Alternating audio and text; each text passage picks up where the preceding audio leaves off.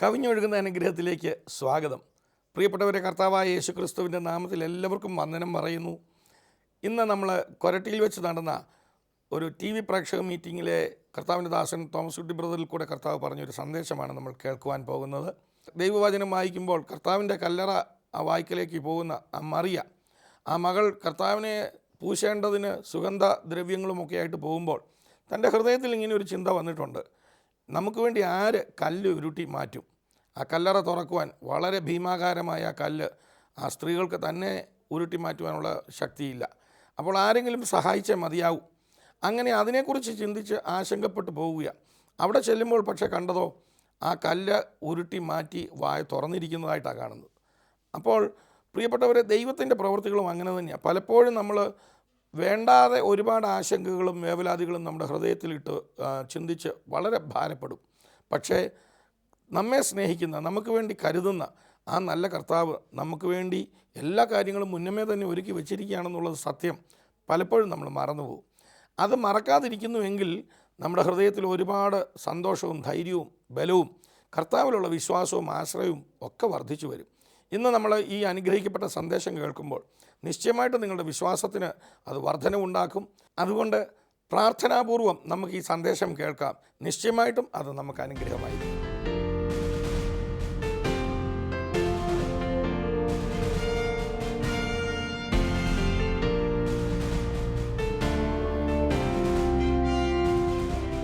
ഇന്ന് എനിക്ക് നിങ്ങളോട് പറയാനുള്ള സന്ദേശം ഇതാണ്: രാത്രിയിലെ ഭയത്തെയും പകലത്തെ പ്രശ്നത്തെയും നിനക്ക് പേടിപ്പാനില്ല.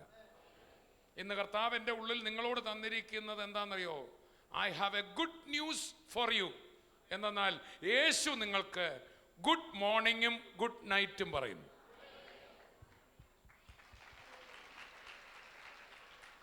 ഇന്നത്തെ സന്ദേശം ഇതാണ്: യേശു പറയുന്ന ഗുഡ് മോർണിംഗും ഗുഡ് നൈറ്റും. അടുത്തിരിക്കുന്ന ആൾ പറഞ്ഞാട്ടെ, യേശു നിങ്ങൾക്ക് ഗുഡ് മോർണിംഗും ഗുഡ് നൈറ്റും പറയുന്നു.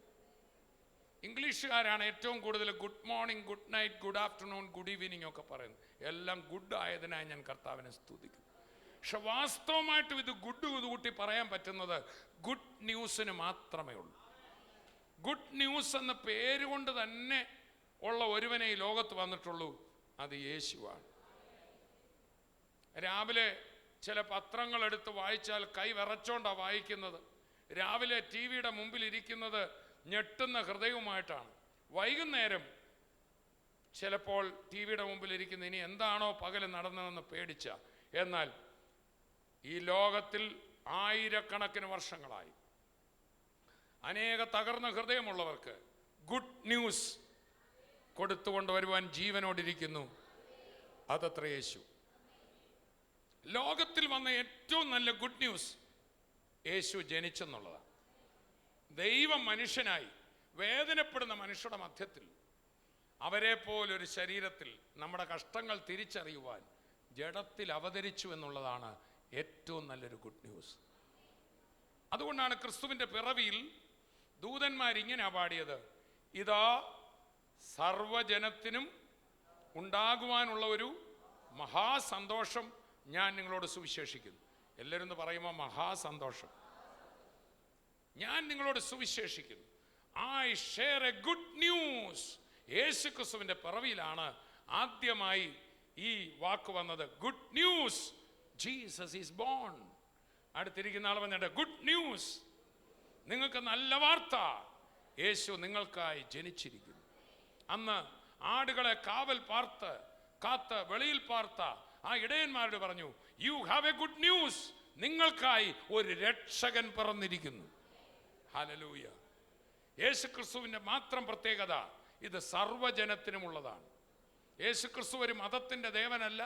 യേശുക്രിസ്തു ഒരു വിഭാഗത്തിന് വേണ്ടി വന്നതല്ല.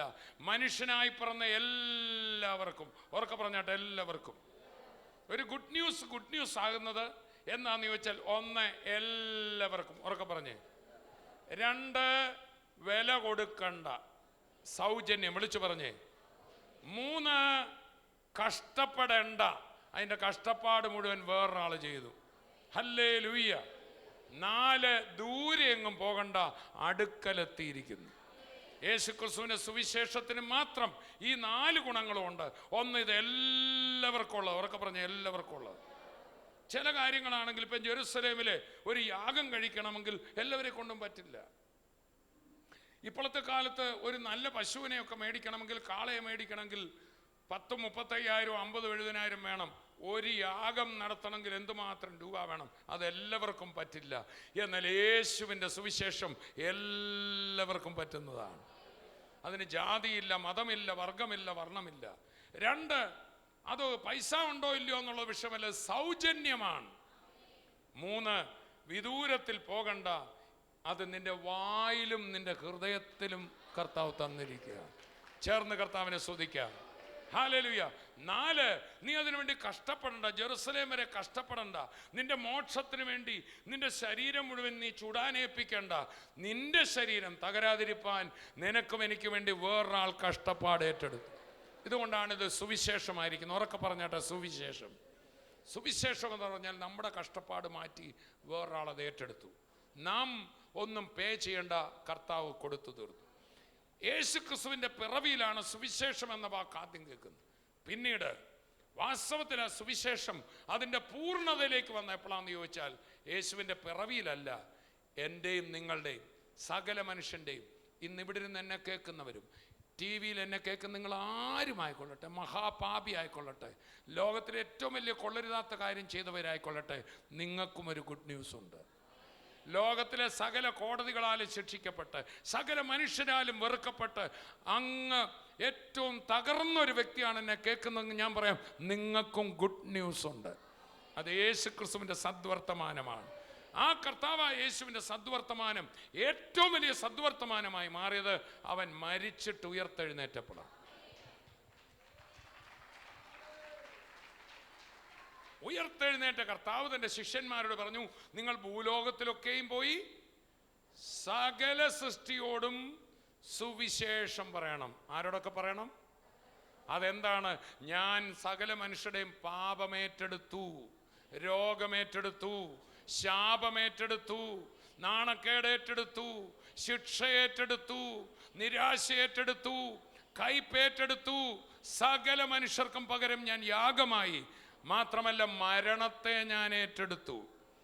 അവർക്ക് നിത്യത കിട്ടാൻ, സ്വർഗം അഥവാ മോക്ഷം സൗജന്യമായി കിട്ടാൻ, അവരുടെ കർമ്മങ്ങൾ കൊണ്ടോ യാഗങ്ങൾ കൊണ്ടോ അവർക്ക് പ്രാപിച്ചെടുക്കാൻ പറ്റാത്തത്, അവർ വില കൊടുത്താൽ തീരാത്തത്, അവർക്ക് വേണ്ടി ഞാൻ എൻ്റെ രക്തമായി കാഴ്ചവെച്ച് അവർക്ക് വേണ്ടി ഞാൻ വീണ്ടെടുത്തിരിക്കുകയാണ്. ഹല്ലേലൂയ. അപ്പോൾ ഉയർത്തെഴുന്നേറ്റതയാണ് സുവിശേഷം എൻ്റെ പൂർണ്ണ അളവിൽ വന്നത്. യേശു ക്രിസ്തു ഉയർത്തെഴുന്നേറ്റ ദിവസം വെളുപ്പാൻ കാലവും രാത്രിയിലും ഗുഡ് ന്യൂസ് പറഞ്ഞു. അടുത്തിരിക്കുന്ന ആൾ പറഞ്ഞിട്ട്, യേശുവിന് മാത്രമേ നിങ്ങൾക്ക് ഗുഡ് മോർണിംഗും ഗുഡ് നൈറ്റും പറയാനൊക്കെ. വീണ്ടും ഞാൻ പറയട്ടെ, മനുഷ്യർക്ക് പലർക്കും രാത്രിയിൽ വലിയ ഭയമാണ്, ഉറങ്ങാൻ പറ്റുന്നില്ല. അപ്പോൾ തന്നെ വലിയൊരു കൂട്ടം ആൾക്കാർക്ക് രാത്രി ഒന്നായാൽ മതി, രാവിലെ ആവുമ്പോൾ ചങ്ക് പടപട അടയ്ക്കുകയാണ്, അടുത്ത ഫോൺ കോൾ വരുമോ, ഇന്ന് എന്ത് ചെയ്യും, ബാങ്കിൻ്റെ കാര്യമുണ്ട്. അവർക്കും ഒരു സദ്വർത്തമാനം യേശുവിന് കൊടുക്കാൻ. യേശു ഉയർത്തെഴുന്നേറ്റ പ്രഭാതത്തിലേക്ക് നമുക്ക് പോകാം. യോഹന്നാന്റെ സുവിശേഷം 20-ാം അധ്യായം 1-ാം വാക്യം ആദ്യം വായിക്കണം. 1-ാം വാക്യം. ആഴ്ചവട്ടത്തിൽ 1-ാം നാൾ മഗ്ദലക്കാരത്തി മറിയ രാവിലെ ഇരുട്ടുള്ളപ്പോൾ തന്നെ കല്ലറക്കൽ ചെന്നു. രാവിലെ ഇരുട്ടുള്ളപ്പോൾ തന്നെ അവരുടെ പതിവനുസരിച്ച് ഒരാളെ അടക്കിയാൽ 3-ാം ദിവസം അവര് സുഗന്ധവർഗവുമായി കല്ലറക്കൽ ചെല്ലും. അപ്രകാരം ചെന്നതാണ്. ഈ മറിയ, മഗ്ദലക്കാരത്തി മറിയ, അവളുടെ ശരീരത്തിൽ 7 ദുരാത്മാക്കളുണ്ടായിരുന്നു. യേശു ശരീരത്തിലായിരുന്നപ്പോൾ ആ ദുരാത്മാക്കളെ പുറത്താക്കിയതാണ്. എല്ലാവരും അവളെ വെറുത്തു, അവളെ ദൂരെ മാറ്റി നിർത്തിയെങ്കിൽ യേശു അവളെ സ്നേഹിച്ചു, അവളിലെ ബന്ധനങ്ങൾ അഴിച്ചു. നമ്മൾ കാണുക, ലോകത്തിൽ കാണുന്ന കൊള്ളരുതാത്തവരെയെല്ലാം ശിക്ഷിച്ച് ജയിലിലാക്കും, അല്ലെങ്കിൽ സമൂഹത്തിൽ നിന്ന് മാറ്റും, കൊല്ലും, തൂക്കിക്കൊല്ലും. നിയമത്തിന് അതേ ചെയ്യാനൊക്കത്തുള്ളൂ, നിയമം അത് ചെയ്തേ ഒക്കത്തുള്ളതാണ്. എന്നാൽ യേശു ചെയ്യുന്നത് പാപിയെ കൊല്ലുകയല്ല, പാപിയെ വെറുത്ത് ദൂരവേ മാറ്റുകയല്ല, പാപിയെ സ്നേഹിച്ച് അവനെ തൻ്റെ മാറോടണച്ച് തൻ്റെ സ്നേഹമാകുന്ന കല്ലുകൊണ്ട് അവനിലെ പാപത്തെ കൊല്ലുകയാണ്. എന്നിട്ട് ആ വ്യക്തിയെ സമൂഹത്തിലേക്ക് കൊണ്ടുവന്ന് നല്ലൊരു വ്യക്തിയാക്കി മാറ്റുക. ഇങ്ങനെ ഒരാളെ മാത്രമേ ഞാൻ കണ്ടിട്ടുള്ളൂ, അത് യേശു മാത്രമാണ്. ഇന്നും കർത്താവ് അത് തുടർന്നുകൊണ്ടിരിക്കുകയാണ്. Praise the Lord. ഇതാ മഗ്ദലക്കാരത്തി മറിയയുടെ ജീവിതം പാടെ രൂപാന്തരപ്പെട്ടു. അവൾ യേശു മരിച്ചു, അന്ന് രാവിലെ ഉയർത്തെഴുന്നേറ്റു, പക്ഷേ അവക്കത് പിടികിട്ടിയില്ല. കല്ലറയിൽ ചെന്നപ്പോൾ ഇതാ കല്ല് മാറ്റിയിട്ടുണ്ട്, ആളെ കാണുന്നില്ല. അങ്ങനെ ഭാരത്തോടെ നിൽക്കുന്ന ഒരു മറിയ, കരഞ്ഞുകൊണ്ട് നിൽക്കുന്ന ഒരു മറിയ. അടുത്തിരിക്കുന്ന ആൾ പറഞ്ഞാട്ടെ, രാവിലെ കരയുന്ന നിങ്ങൾക്കും ഒരു സദ്വർത്തമാനം യേശുവിന് തരാനുണ്ട്. പറഞ്ഞാട്ടെ, പുതിയ പകലിനെ ചൊല്ലി കരയുന്ന കണ്ണുനീരൊഴുക്കുന്ന മക്കളോട് ഒരു സദ്വർത്തമാനവുമായി യേശു വന്നിരിക്കുന്നു. കണ്ണുനീരൊഴുക്കുന്ന മക്കളോട് ഒരു സദ്വർത്തമാനവുമായി യേശു വന്നിരിക്കുന്നു. ഒരു പുതിയ പകൽ ഇനി നീ തന്നെ പോകരുത്. ഇനി ഒരൊറ്റ പകലും നീ തന്നെ ഫേസ് ചെയ്യരുത്. ഒരൊറ്റ പകലും ഒറ്റ പരീക്ഷയ്ക്കും നീ തന്നെ പോകരുത്. ഇനി ആ ബാങ്കിലേക്ക് നീ തന്നെ പോകരുത്. നീ ഒറ്റയ്ക്കല്ലേ ഇത്രയും നാളും പോയത്, എന്നാൽ ലോക അവസാനത്തോളം ഞാൻ കൂടെ ഉണ്ടായിരിക്കുമെന്ന് അരുളി ചെയ്തവൻ ഉയർത്തെഴുന്നേറ്റ കർത്താവ് നിനക്ക് മുമ്പേ കടന്നു പോവും. ചേർന്നൊരു ഹല്ലേലൂയ പറഞ്ഞാട്ടെ. മർക്കോസിന്റെ സുവിശേഷം വായിക്കുമ്പോൾ ഇതേ സ്ഥാനത്ത് മറിയയും കൂട്ടുകാരികളും രാവിലെ കല്ലറയിൽ പോകുമ്പോൾ അവർ തമ്മിൽ പറഞ്ഞു, അയ്യോ കല്ലറയുടെ കല്ല് എത്ര വലിപ്പമുള്ളതാ, നമുക്ക് വേണ്ടി 6 കല്ല് ഉരുട്ടി മാറ്റും. കൈകൊടുത്ത് പറഞ്ഞ്, ചോദ്യചിഹ്നങ്ങളുമായി രാവിലെ തുടങ്ങരുത്. പറഞ്ഞാട്ടെ. മർക്കോസിന്റെ സുവിശേഷത്തിലാണ് നമ്മളത് വായിക്കുന്ന. ആ ഭാഗം ഒന്ന് വായിച്ചാൽ നല്ലതായിരിക്കും. ആഴ്ചവട്ടത്തിന്റെ 1-ാം നാൾ അതികാലത്ത് സൂര്യൻ ഉദിച്ചപ്പോൾ അവർ കല്ലറയ്ക്കൽ ചെന്നു. കല്ലറയുടെ വാതിൽക്കൽ നിന്ന് നമുക്ക് വേണ്ടി 6 കല്ല് ഉരുട്ടിക്കളയും. അടുത്തിരിക്കുന്ന ആൾ പറഞ്ഞിട്ട്, പ്രഭാതം ചോദ്യചിഹ്നങ്ങളുമായി തുടങ്ങരുത്. പറഞ്ഞാട്ടെ, മറുപടിയുടെ നായകനുമായി തുടങ്ങുക. മറുപടികളുടെ നായകന്റെ പേരൊന്ന് വിളിച്ചു പറയാമോ? ചോദ്യചിഹ്നങ്ങളുടെ നായകന്റെ പേര് പറയാമോ? പിശാച്. അവന് ചോദ്യചിഹ്നങ്ങൾ മാത്രമേ ഉള്ളൂ, അവന് മറുപടികളില്ല. നിങ്ങളുടെയും എൻ്റെ ഉള്ളിലേക്ക് അവൻ എന്തിട്ട് തരും? ചോദ്യചിഹ്നം. ഇന്നാളൊരിക്കലൊരു ദൈവദാസം പ്രസംഗിച്ച് എനിക്ക് ഇഷ്ടപ്പെട്ടു. ചോദ്യചിഹ്നവുമായി യേശുവിൻ്റെ അടുക്കൽ നിങ്ങൾ ചെന്നാൽ യേശു ഒറ്റ അടി അതിനിട്ടിട്ട് കൊടുക്കും. ഉടനെ അത് നിവർന്നു വരും. ഉടനെ അത് ആശ്ചര്യചിഹ്നമായിട്ട് മാറും. അല്ലേ? ചോദ്യചിഹ്നം വലിച്ചു നീട്ടിയാൽ എങ്ങനെ ഇരിക്കും? അത്രേ കർത്താവ് ഇന്നിവിടെ ചെയ്യത്തുള്ളൂ. Hallelujah, praise the Lord, praise the Lord. ആ ചോദ്യചിഹ്നം തന്നെ നിങ്ങളൊന്ന് കണ്ടേ, പാമ്പിരിക്കുന്ന പോലെ ആയിരിക്കും. ശരിയല്ലേ? ഇങ്ങനെ ഇരിക്കുന്നു. എന്നാൽ ദൈവത്തിൻ്റെ മക്കളെ, അതിനെ നേരെ നിർത്തി നിനക്ക് വിടുതൽ തരുന്ന ഒരു നല്ല കർത്താവ് വന്നിരിക്കും. ഇന്ന് ആരൊക്കെയോ ചില വലിയ ചോദ്യചിഹ്നങ്ങളുമായിട്ട് ഇവിടെ വന്നിട്ടുണ്ട്. നമ്മുടെ കർത്താവ് നീ ചോദിക്കുന്നതിന് മുമ്പേ മറുപടി തന്നു. ലോകത്തിൽ പലരും ചോദിച്ചിട്ടാ മറുപടി പറയുക. എൻ്റെ കർത്താവ് ചോദ്യത്തിന് മുമ്പേ മറുപടി പറയുന്നവനാണ്. ഹല്ലേലൂയ. നിങ്ങൾ എവിടെ നോക്കിയാലും ക്വസ്റ്റ്യൻ, അത് കഴിഞ്ഞ് ആൻസർ എന്നല്ലേ. എന്നാൽ കർത്താവിൻ്റെ ടേൺ ആൻസർ, അത് കഴിഞ്ഞ് എത്രയോ കഴിഞ്ഞാൽ നിങ്ങൾ ക്വസ്റ്റ്യൻ ഇട്ടത്. അടുത്തിരിക്കുന്ന ആൾ പറഞ്ഞാട്ടെ, ലോകത്തിൻ്റെ സിസ്റ്റം അല്ല കർത്താവിൻ്റെ സിസ്റ്റം. ഇവരുടെ ക്വസ്റ്റ്യന് മുമ്പേ ആൻസർ വന്നിരിക്കുകയാണ്. ഇവിടെ എന്നെ കേൾക്കുന്ന എല്ലാവരും, നിങ്ങൾ ക്രിസ്തുവിലാണ് നിങ്ങളുടെ ആശ്രയമെങ്കിൽ ക്വസ്റ്റ്യന് മുമ്പേ ആൻസർ വന്നിരിക്കുക. അടുത്തിരിക്കുന്ന ആൾ പറഞ്ഞാട്ടെ, ക്വസ്റ്റ്യന് മുമ്പേ ആൻസർ വന്നിരിക്കുക. എനിക്ക് തോന്നുന്നു കർത്താവ് ഒരുക്കിയ ആൻസറുകൾക്ക് പിശാച് വെറുതെ ചോദ്യചിഹ്നം ഇട്ടതാണ്. Praise the Lord. അടുത്തിരിക്കുന്ന ആൾ പറഞ്ഞിട്ട്, നിങ്ങൾ വായിക്കുന്ന ക്വസ്റ്റ്യൻ പേപ്പർ എന്നേ കർത്താവ് മറുപടി കൊടുത്തതാണ്. ഹല്ലേലൂയ. ഞാൻ ഇപ്പോഴും SSLC പരീക്ഷയും മറ്റും സ്വപ്നം കാണാറുണ്ട്. നിങ്ങൾ അങ്ങനെ ഉണ്ടോ? ചില ദിവസം ആ വെളുപ്പിന് എഴുന്നേക്കാറാകുമ്പോഴത്തേക്കിന് പരീക്ഷയ്ക്ക് പോകുന്ന പോലെ തോന്നുക. വയസ്സ് 50 കഴിഞ്ഞു. എൻ്റെ കുഞ്ഞുങ്ങൾ MSc പാസ്സായി. ഇപ്പോഴും ഏത് കാണുക? നിങ്ങളങ്ങനെ കണ്ടിട്ടുണ്ടോ? ഇവരൊക്കെ കണ്ടിട്ടുണ്ട്. Praise the Lord. ഇന്ന് പരീക്ഷയാണ്, പഴയ ഓർമ്മ കിടക്കുകയാണ്. സ്തോത്രം. ഉണരുമ്പോൾ എൻ്റെ പൊന്നെ ഇതെല്ലാം കഴിഞ്ഞപ്പോൾ സുവിശേഷ വേലയാണ്. വാസ്തവത്തിൽ ഇതുപോലെ നമ്മളെ പീഡിപ്പിക്കുകയാണ് സാത്താൻ. എല്ലാ പീഡനങ്ങളും വിട്ടുമാറട്ടെ. യേശു ഉയർത്തെഴുന്നേറ്റിയ ആ നിമിഷം നിന്റെയും വിടുതലായി, നിന്റെയും വിടുതലായി. യേശു സാത്താന്റെ ചങ്ങലയെ പൊട്ടിച്ച് മരണത്തെ ജയിച്ചു വെളിയിൽ വന്നപ്പോൾ ഒരു മതത്തിനല്ല, ഒരു ജാതിക്കല്ല, ഇന്ന് എന്നെ കേട്ടുകൊണ്ടിരിക്കുന്ന നിങ്ങൾക്ക് മാത്രമല്ല, ലോകത്തിലെ 700 കോടി ജനങ്ങൾക്കും വിജയമായി. എന്നിട്ടിപ്പോൾ കഴിഞ്ഞ കൊല്ലത്തെ ക്വസ്റ്റ്യൻ പേപ്പർ വീടുകളിലെല്ലാം വിതരണം ചെയ്ത് നടക്കുകയാണ് സാത്താൻ. അടുത്തിരിക്കുന്ന ആളെ പറഞ്ഞിട്ട്, അത് കഴിഞ്ഞു പോയ പരീക്ഷയുടെ ക്വസ്റ്റ്യൻ പേപ്പറാണ്. Hallelujah, hallelujah. ഇവരുടെ കയ്യിൽ ഒരു ക്വസ്റ്റ്യൻ പേപ്പർ രാവിലെ സാത്താൻ കൊടുത്തു. ഏതാണ്? കല്ല് നമുക്ക് വേണ്ടി 6 ഉരുട്ടി മാറ്റും. അടുത്ത വാക്യം. അവർ നോക്കിയാറെ ആ, കല്ല് ഉരുട്ടിക്കളഞ്ഞതായി കണ്ടു. അടുത്തിരിക്കുന്ന ആൾ ആൻസർ പണ്ടേ വന്നെന്ന് പറ. ഇന്നിവിടെ പേടിക്കുന്ന എല്ലാവരോടും ഞാൻ പറയാം, നിങ്ങൾ പേടിക്കുന്ന വിഷയം വിടുതലായി കഴിഞ്ഞു.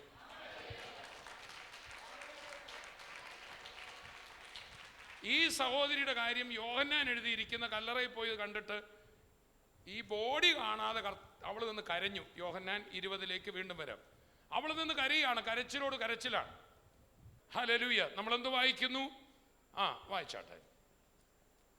ആഴ്ചവട്ടത്തിന്റെ ഒന്നാം നാൾ, ആഴ്ചവട്ടത്തിന്റെ ഒന്നാം നാൾ മഗ്ദലക്കാരത്തി മറിയ രാവിലെ ഇരുട്ടുള്ളപ്പോൾ തന്നെ കല്ലറക്കൽ ചെന്നു. ഇനി അതിന്റെ 11 മുതൽ വായിക്കുക. എന്നാൽ മറിയ കല്ലറക്കൽ പുറത്ത് കരഞ്ഞുകൊണ്ട് നിന്നു. കരയുന്നതിനിടയിൽ അവൾ കല്ലറയിൽ കുനിഞ്ഞു നോക്കി. യേശുവിന്റെ ശരീരം കിടന്നിരുന്ന ഇടത്ത് വെള്ളവസ്ത്രം ധരിച്ച 2 ദൂതന്മാർ, ഒരുത്തൻ തലക്കിലും ഒരുത്തൻ കാൽക്കലും ഇരിക്കുന്നത് കണ്ടു. 14 വാക്യം. ഇത് പറഞ്ഞിട്ട് അവൾ പിന്നോക്കം തിരിഞ്ഞു യേശു നിൽക്കുന്നത് കണ്ടു. അപ്പൊ യേശു ഇപ്പൊ എവിടാ നിൽക്കുന്നേ? പുറകിലാന്ന് പറ. അടുത്തിരിക്കുന്ന ആള് പറ. ഭാരപ്പെട്ടിരിക്കുമ്പോൾ നമ്മൾ യേശുവിന്റെ നേരെ ഓപ്പോസിറ്റാന്ന്. അടുത്തിരിക്കുന്ന ആള് കല്ലറയിൽ ഇല്ലെന്ന് പറ. മരിച്ചവരുടെ ഇടയിലല്ല അവൻ.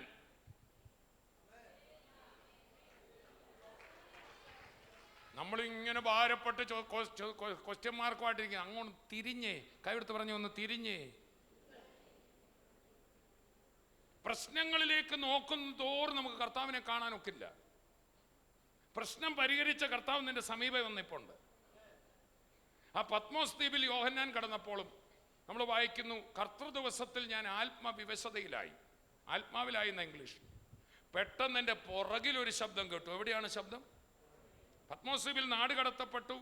തൻ്റെ മരണവും ആ പത്മോസ് ദ്വീപിലെ കാര്യങ്ങളൊക്കെ ഒരുപക്ഷെ യോഹന്നാൻ നോക്കിക്കൊണ്ടിരിക്കാതിരുന്നിരിക്കാം, എനിക്കറിയില്ല.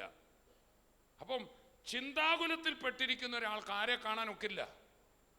അതുകൊണ്ട് ആ ചിന്താകുലം ഒന്ന് വിട്ടിട്ട് യേശു എനിക്കുണ്ട് എന്ന് പറയുമ്പോൾ ഒന്ന് തിരിഞ്ഞു നോക്കാമെങ്കിൽ കർത്താവ് കാണുകയും, മോനെ ഒന്നും പേടിക്കണ്ട, എല്ലാം ഞാൻ ചെയ്തിട്ടുണ്ട്. അവൾ തിരിഞ്ഞു നോക്കി. വായിച്ചാട്ടെ. ഇത് പറഞ്ഞിട്ട് അവൾ പിന്നോക്കം തിരിഞ്ഞ് യേശു നിൽക്കുന്നത് കണ്ടു. യേശു എന്ന് അറിഞ്ഞില്ല താനും. യേശു അവളോട്, സ്ത്രീയെ, നീ കരയുന്നത് എന്ത്? ഉയർത്തെഴുന്നേറ്റ് യേശുവിന്റെ വായിൽ നിന്ന് പുറപ്പെട്ട ആദ്യത്തെ വാക്കായത് കേട്ടോ. സ്ത്രീയെ, നീ കരയുന്നത് എന്ത്? കരയണ്ട. അതിരാവിലെ കല്ലറയ്ക്കൽ ചെന്നവരോട് യേശു ആദ്യം പറഞ്ഞത് good news, good morning, no more cry.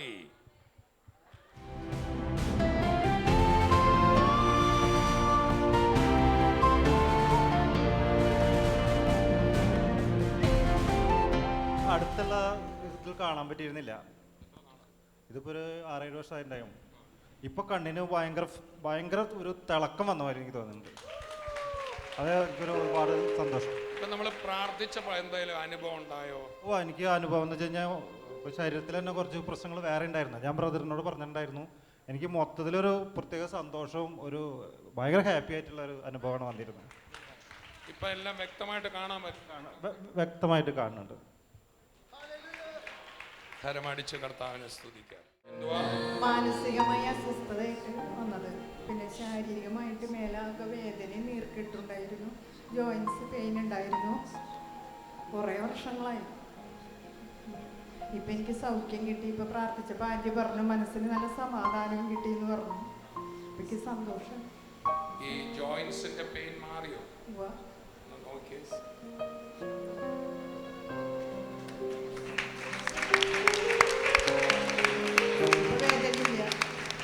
വേദനയില്ല. ആർത്രൈറ്റിസാ, ജോയിൻസിൽ വർഷങ്ങളായി കഷ്ടപ്പാടാ. മകളെ കർത്താവ് വിടുവിച്ചല്ലോ. കരമടിച്ച് കർത്താവ്. കണ്ണിന് തീരെ കാഴ്ച ഉണ്ടായില്ല. അകലത്തെ ആൾക്കാരെയൊന്നും കാണാൻ പാടില്ല. പിന്നെ ഇപ്പൊ 10-12 ദിവസമായി കാണുക. ഇപ്പൊ ഇവിടെ നിൽക്കുന്ന ആൾക്കാരെയൊക്കെ കാണാം. ഞാൻ നോക്കിയപ്പോൾ അവിടെ ആൾക്കാരെ കാണാൻ പറ്റുന്നുണ്ട്.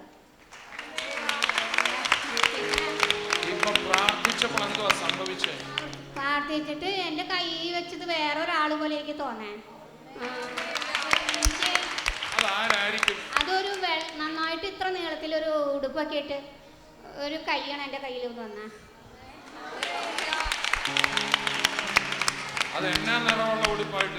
വെള്ളയാണ്. വെള്ളയാണ് അത്. പിന്നെ എനിക്ക് കണ്ണിന് ഇങ്ങനെ വെള്ളം വരലുണ്ടായിരുന്നു. ഇവിടെ വന്നപ്പോൾ വെള്ളം വരലൊക്കെ നിന്നു. ഈ സാധനമൊക്കെ കിടക്കുമ്പോൾ ഇഴയണ മാതിരി തോന്നാറുന്നു. ഇപ്പം അത് വയറേന്ന് മനസ്സിലായി. എനിക്ക് പൂർണ്ണമായി സൗഖ്യം തന്നു. എൻ്റെ ഈശോ എന്നെ തൊട്ടു. ഈശോ എനിക്ക് സൗഖ്യം തന്നു. അങ്ങോട്ടൊക്കെ തിരിഞ്ഞ് നോക്കി എല്ലാവരും ചുരുക്കി കാണാം. പെക്ക ജനങ്ങളാണെന്ന് കാണാം. മറ്റുപോലെ നിഴല് പോലെ കാണാറുണ്ട്. അവിടെയൊക്കെ നിന്റെ കൊച്ചിനെയൊക്കെ നിൽക്കണ്ട കാണാം. അനുഗ്രഹിക്കപ്പെട്ട സന്ദേശമല്ലായിരുന്നു ഈ സാക്ഷ്യങ്ങൾ കണ്ടത്? എത്ര അത്ഭുതമല്ലേ! യേശു എന്തൊരു അത്ഭുതകരമായ വിടുതലുകളാണ് നൽകിയത്. ആ രണ്ടുപേരുടെ കണ്ണുകൾ കർത്താവ് തുറന്നു. അതുകൂടാതെ വർഷങ്ങളായിട്ട് സന്ധിവാതത്താൽ പ്രയാസപ്പെടുന്ന ആ സഹോദരിക്ക് കർത്താവ് പൂർണ്ണ സൗഖ്യം കൊടുത്തു. നമുക്ക് ഒരുമിച്ചൊന്ന് പ്രാർത്ഥിക്കാം. ഇന്ന് ദൈവത്തിൻ്റെ ആത്മാവിൻ്റെ സാന്നിധ്യം ഇവിടെ ശക്തമായിട്ടുണ്ട്. നമ്മളോട് ചേർന്ന് നിൽക്കുക. പരിശുദ്ധാത്മാവ് എൻ്റെ ഉള്ളത്തോട് ഇങ്ങനെ വളരെ വ്യക്തമായിട്ട് ഇടപെടുന്നുണ്ട്. കാൽമുട്ടുകൾക്ക് തേയ്മാനം വന്ന് നീരും വേദനയും കാൽമുട്ട് മടക്കുകയും നിവർക്കുകയൊക്കെ ചെയ്യുമ്പോൾ ശബ്ദം കേൾക്കാം. അങ്ങനെ പ്രയാസം അനുഭവിക്കുന്ന ഒരുപാട് പേരെന്നെ കാണുന്നുണ്ട്. പ്രിയപ്പെട്ടവരെ, എൻ്റെ യേശു ഇന്ന് നിങ്ങളെ സൗഖ്യമാക്കും. പൂർണ്ണമായ സൗഖ്യം എൻ്റെ കർത്താവ് നിങ്ങൾക്ക് തരും. അതുപോലെ തന്നെ സ്കിൻ അലർജി മൂലം പ്രയാസപ്പെടുന്ന, ത്വക്ക് രോഗം മൂലം ബുദ്ധിമുട്ട് അനുഭവപ്പെടുന്ന വ്യക്തികൾ, സോറിയാസിസ് ആയിട്ടും അതുപോലെ തന്നെ ചുണങ്ങ് രോഗം അങ്ങനെ വന്നിട്ട്, അതുപോലെ തലയിൽ താരൻ, അങ്ങനെ വളരെ പ്രയാസം, ചൊറിഞ്ഞു പൊട്ടി രക്തവും വെള്ളവും ഒക്കെ ഒഴുകുന്ന അവസ്ഥയിലായിരിക്കുന്ന വ്യക്തികൾ, വാസ്തവത്തിൽ ദൈവത്തിൻ്റെ ആത്മാവിനെ കാണിക്കുന്നത് കയ്യിലും കാലിലും അതുപോലെ തന്നെ ശരീരത്തിൻ്റെ പുറത്ത് അതുപോലെ സ്കിൻ അലർജി വന്ന് ചൊറിഞ്ഞു പൊട്ടിയിട്ട് ദുർഗന്ധം വമിക്കുന്ന പഴുപ്പൊഴുകുന്ന അനുഭവത്തിലുള്ള വ്യക്തികൾ ഇന്ന് എന്നെ കേൾക്കുന്നുണ്ട്. എൻ്റെ കർത്താവ് നിങ്ങളെ ഇന്ന് സൗഖ്യമാക്കാൻ പോവുക. അതൊന്ന് വിശ്വസിച്ചാട്ടെ. യേശു ഇന്ന് നിങ്ങളുടെ തൊട്ടരികിലുണ്ട്. കർത്താവ് നിങ്ങളെ തൊടും. ഇന്ന് നമ്മൾ പ്രാർത്ഥിക്കുമ്പോൾ അത്ഭുത സൗഖ്യം തരും. അതുപോലെ തന്നെ സ്കിൻ ക്യാൻസറായിട്ട് ഭാരപ്പെടുന്ന വ്യക്തികൾ എന്നെ കേൾക്കുന്നുണ്ട്. ഒന്നിലധികം പേരെന്നെ കേൾക്കുന്നുണ്ട്. കർത്താവ് അത്ഭുത സൗഖ്യം തരും. നിങ്ങളതൊന്ന് വിശ്വസിച്ചാൽ മതി. നമുക്ക് ചേർന്നൊന്ന് പ്രാർത്ഥിക്കാം. പിതാവേ, ഞങ്ങളങ്ങേ സ്തുതിക്കുന്നു. യേശു ക്രിസ്തുവിൻ്റെ നാമത്തിൽ കർത്താവെ, ഞങ്ങൾ ഒരു മനസ്സോടെ പ്രാർത്ഥിക്കുക. ആ മുട്ടിൻ്റെ തേയ്മാനം മൂലം കാൽമുട്ടുകൾക്ക് വേദനയായിട്ട് നീരായിട്ട് ശബ്ദം കേൾക്കുന്ന അവസ്ഥയിൽ നടക്കുവാനും എഴുന്നേറ്റ് നിൽക്കുവാൻ പോലും വേദനയായിട്ട് ഭാരപ്പെടുന്ന വ്യക്തികൾക്ക് വേണ്ടി പ്രാർത്ഥിക്കുന്നു. യേശു ക്രിസ്തുവിൻ്റെ നാമത്തിൽ അവരുടെ മേൽ ഞാൻ അധികാരമെടുക്കുന്നു. അവരുടെ മേലുള്ള രോഗബന്ധനത്തെ സ്വർഗത്തിനും ഭൂമിക്കും നാഥനായ നസ്രായനം യേശു ക്രിസ്തുവിൻ്റെ നാമത്തിൽ ഞാൻ അഴിച്ചു മാറ്റുക. രോഗത്തോട് ഇപ്പോൾ തന്നെ ശരീരം വിട്ട് വെളിയിൽ വാ. ശരീരങ്ങൾ ഇപ്പോൾ തന്നെ സൗഖ്യമാകട്ടെ. യേശുവിൻ്റെ നാമത്തിൽ ഞാൻ കൽപ്പിക്കുന്നു. സ്കിൻ ക്യാൻസറിനെ ഞാൻ ശാസിക്കുന്നു. ആ സ്കിൻ അലർജി, സോറിയാസിസ്, ചുണങ്ങ്, താരനെല്ലാം ഇപ്പോൾ തന്നെ വിട്ടുമാറട്ടെ. പൂർണ്ണമായ സൗഖ്യം വെളിപ്പെട്ട് വരട്ടെ. പൊറ്റൻ അടർന്നു പോകുന്നത് പോലെ പോയി പുതിയ സ്കിൻ അവിടെ സൃഷ്ടിക്കപ്പെടട്ടെ യേശുവിൻ്റെ നാമത്തിൽ. ഇപ്പോൾ തന്നെ ഈ നിമിഷം തന്നെ അത്ഭുത സൗഖ്യം വെളിപ്പെട്ട് വരട്ടെ.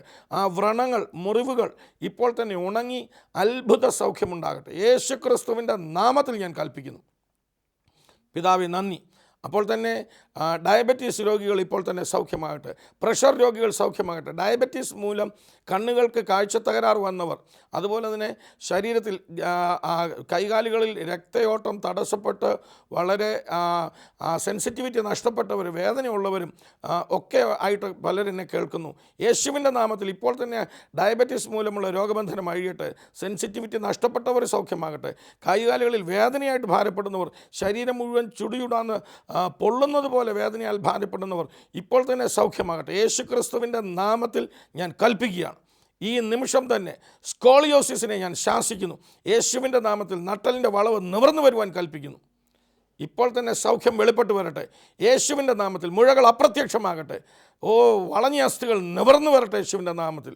കർത്താവെ, അത്ഭുതം ചെയ്തിരിക്കാൻ സ്തോത്രം. ഈ നിമിഷം തന്നെ മുഴകൾ അപ്രത്യക്ഷമാകട്ടെ. കക്ഷത്തിനകത്ത് മുഴയായിട്ട് വളരെ പ്രയാസം അനുഭവിക്കുന്ന ഒരു വ്യക്തിയെ എൻ്റെ കർത്താവ് കാണിക്കുന്നല്ലോ. യേശുവിൻ്റെ നാമത്തിൽ ഇപ്പോൾ തന്നെ സൗഖ്യമാകട്ടെ. രാജീവ് എന്നൊരു പേര് കർത്താവ് കാണിക്കുന്നു. യേശുവിൻ്റെ നാമത്തിൽ കർത്താവെ, സാമ്പത്തികമായി പ്രതിസന്ധിയിലായിട്ട് ആത്മഹത്യയെക്കുറിച്ച് ചിന്തിച്ചു കൊണ്ടിരിക്കുന്ന ഒരു വ്യക്തി, യേശുവിൻ്റെ നാമത്തിൽ രാജീവ്, നിന്നെ കർത്താവ് തൊടുകയാണ്. നടുവിൻ്റെ താഴ്ഭാഗത്ത് വേദനയായിട്ട് നീ വല്ലാതെ വിഷമിക്കുന്നുണ്ട്. യേശുവിൻ്റെ നാമത്തിൽ ഇപ്പോൾ തന്നെ നടുവേദന വിട്ടുമാറട്ടെ. ഹല്ലേലൂയ. കർത്താവെ, നന്ദിയോടെ സ്തോത്രം. കുരുട്ട് കണ്ണുകൾ തുറന്നു വരട്ടെ. ചെകിട്ട് ചെവികൾ തുറക്കപ്പെടട്ടെ. യേശുവിൻ്റെ നാമത്തിൽ അത്ഭുത സൗഖ്യമുണ്ടാകട്ടെ. പിതാവെ, നന്ദിയോടെ സ്തോത്രം. പ്രാർത്ഥന കേട്ടതിനായി നന്ദി. അത്ഭുതം ചെയ്തു കഴിഞ്ഞിരിക്കുക, സൗഖ്യമാക്കിയതിനായി നന്ദി കർത്താവെ. എല്ലാം എൻ്റെ യേശുവിൻ്റെ നാമം മഹത്വപ്പെടേണ്ടതിനായി തന്നെ. ആമേ. പ്രിയപ്പെട്ട സഹോദര രാജീവ്, നിൻ്റെ നടുവിൻ്റെ വേദന ഇപ്പോൾ തന്നെ മാറിക്കഴിഞ്ഞു. അതിൻ്റെ അടയാളം എന്താണെന്നറിയാമോ? അത് തെളിയിക്കുന്നത് കർത്താവ് വളരെ വ്യക്തമായിട്ട് പറയുന്നു, നീ ബിസിനസ് ചെയ്ത് ആകെ തകർന്ന്, സാമ്പത്തികമായി തകർന്ന് ആത്മഹത്യയെക്കുറിച്ച് നീ ചിന്തിച്ചുകൊണ്ടിരിക്കുക. ഇന്ന് ആ സൗഖ്യം കിട്ടിയെങ്കിൽ അതിൻ്റെ അർത്ഥം ഈ വരുന്ന ദിവസങ്ങൾക്കുള്ളിൽ തന്നെ നിൻ്റെ സാമ്പത്തിക പ്രശ്നങ്ങൾക്ക് വലിയൊരു അത്ഭുത വിടുതൽ എൻ്റെ കർത്താവ് ഒരുക്കി വെച്ചിരിക്കുക. അത് വെളിപ്പെട്ട് വരും. നാളെ ഇതേ ചാനലിൽ ഇതേ സമയത്ത് നമുക്ക് വീണ്ടും കാണാം. അതുവരെയും കർത്താവ് നിങ്ങളെ ഓരോരുത്തരെയും തൻ്റെ കൃപയിൽ സൂക്ഷിക്കട്ടെ. I bless you in Jesus name.